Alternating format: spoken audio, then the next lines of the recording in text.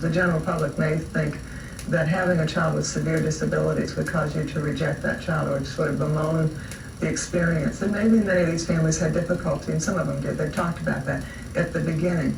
But there's a quality about family life that is very strong and very resilient, and these families are, sort of sterling examples of how far love can go.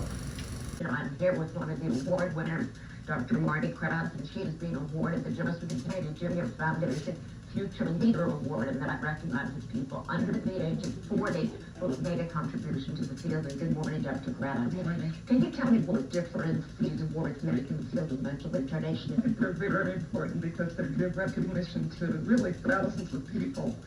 Some of us have chosen, but it really represents thousands of people who've made a personal commitment to the field of mental retardation. And I think it keeps issues in mental retardation, changes in the field, in the public view, and that's an extremely important role that the County Foundation has made, and it's changed really the lives of millions of people across the world. Thank you, Dr. Marty Krauss, thank you so much for joining us this morning. And I think we wish you a lot of luck. You are a future leader, so you've got a lot of work ahead of you. Thank you very much. Thank you. Back to you, Katie. Thanks for the congratulations, Dr. Krauss. Mom, what emotions do you have right now? I'm very proud to have all my kids here, and Richard, and Dreamer. This is where I spend a lot of time now, so it's great for you guys to have a visual sense of it, and to help me bring a rug in to make it feel even more Kraussy. This is an unbelievable community of intellectually engaged, morally driven scholars, and it's just been a privilege to be here at Brandeis all these years. I never expected the career that I ended up having, but it just kept going. I remember when I got tenure, I said I felt like I went from a renter to a homeowner. And I wanted to understand how this place worked. And so I started volunteering and wanting to be on committees and understand how this worked. So I think just being involved in the larger community that you're part of is really, really important. It enriches your life immensely. So I'm looking at the third of my life, and I'm just going to live it differently than I lived the first 2/3. So I'm a happy camper. This means so much to me to see all of you people here and just reminisce about the work I did. It's just fabulous. So the whole process of doing the research became a great interest to me. And I realized that I'd had a wonderful first experience because I kind of got in on the ground floor and got to go through the entire process. And it whetted my appetite for more experience in doing that kind of work. And the issues became really of interest to me in terms of the relationship between public policy and the lived experience by people who were subject to those policies. Well, I had a work style of working every day. Yeah. I didn't stop on the weekends. And so I sort of assumed that others would do the same. Yeah. And that wasn't always true. It made me realize how things that sort of come naturally to me are often very much valued by others because it's often lacking. Like the ability to sort of get people to come to a decision point and be able to feel good about it and then be able to move forward. Okay, test Martha. Martha, 1, 2. David, 1, 2. You were telling a story of why you were always the chairwoman of everything. No, it's kind of an exaggeration. But what I was saying was that I learned a lot from my mother. And I was noting that especially in high school, I would come home and she'd be on the telephone. And I'd sit and I just decided I wanted to listen to what she was doing and talking about on the phone. So I would just sit on the sofa quietly and just listen to her. And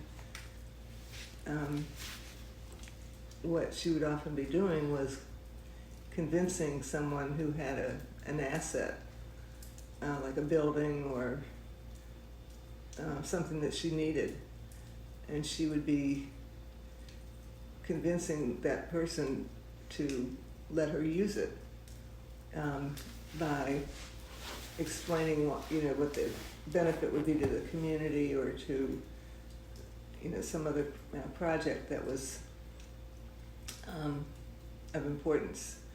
And, it was just interesting because she was trying to get something for nothing, but not for herself, but for a project.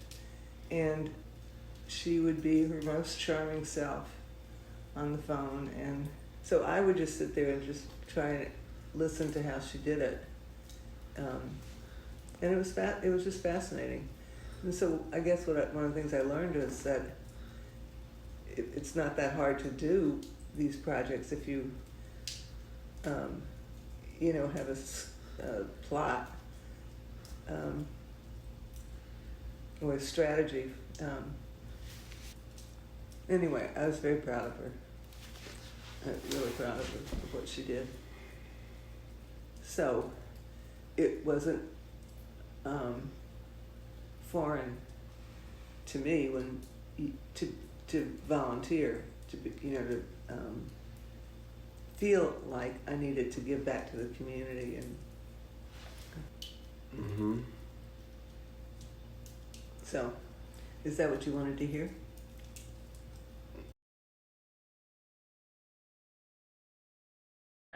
What did he do?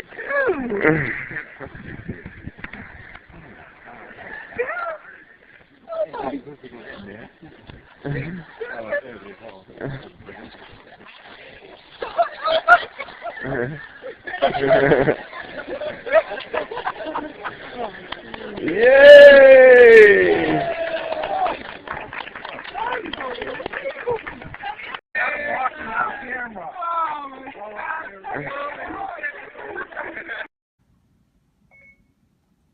I love you. Oh, I bet you say that to all your Apple products. Oh, that's so funny. Uh-oh. Cooking on the what? My gosh. Oh, sweetheart. Wait, you I know gotta- you did. Just kidding, it's just a checkbox. Mom. That's great. This is the second time you've gotten her. Oh, wow. Oh, wow. Oh, love it, love it, love it. Mother of the groom. Thank you, thank you. Oh, perfect. It's a Absolutely. slouch. Okay, you're gonna eat me. Happy birthday to you. Happy birthday to Yay! For what anniversary? 44. Mom, was this one of the sweetest things your sweet husband's ever done? It's among the very top sweet things this very sweet guy has ever done.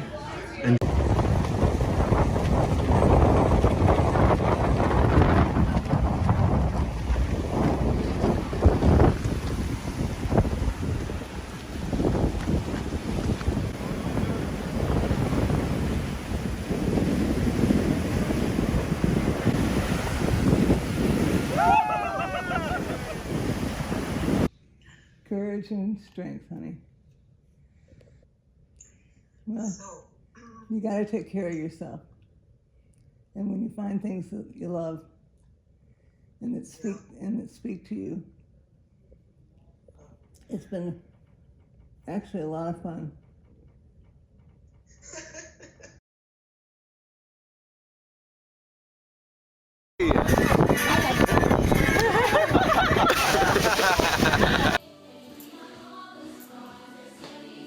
That's what you call singing? I don't sing, I dance. Okay.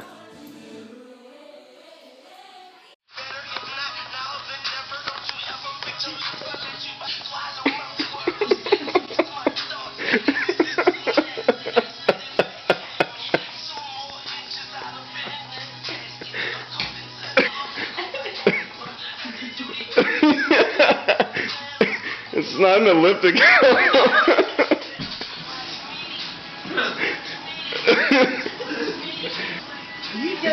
No. Love me, do you love me? Do you love me, do you love me? Hey, would you guys break it up and let Becky in?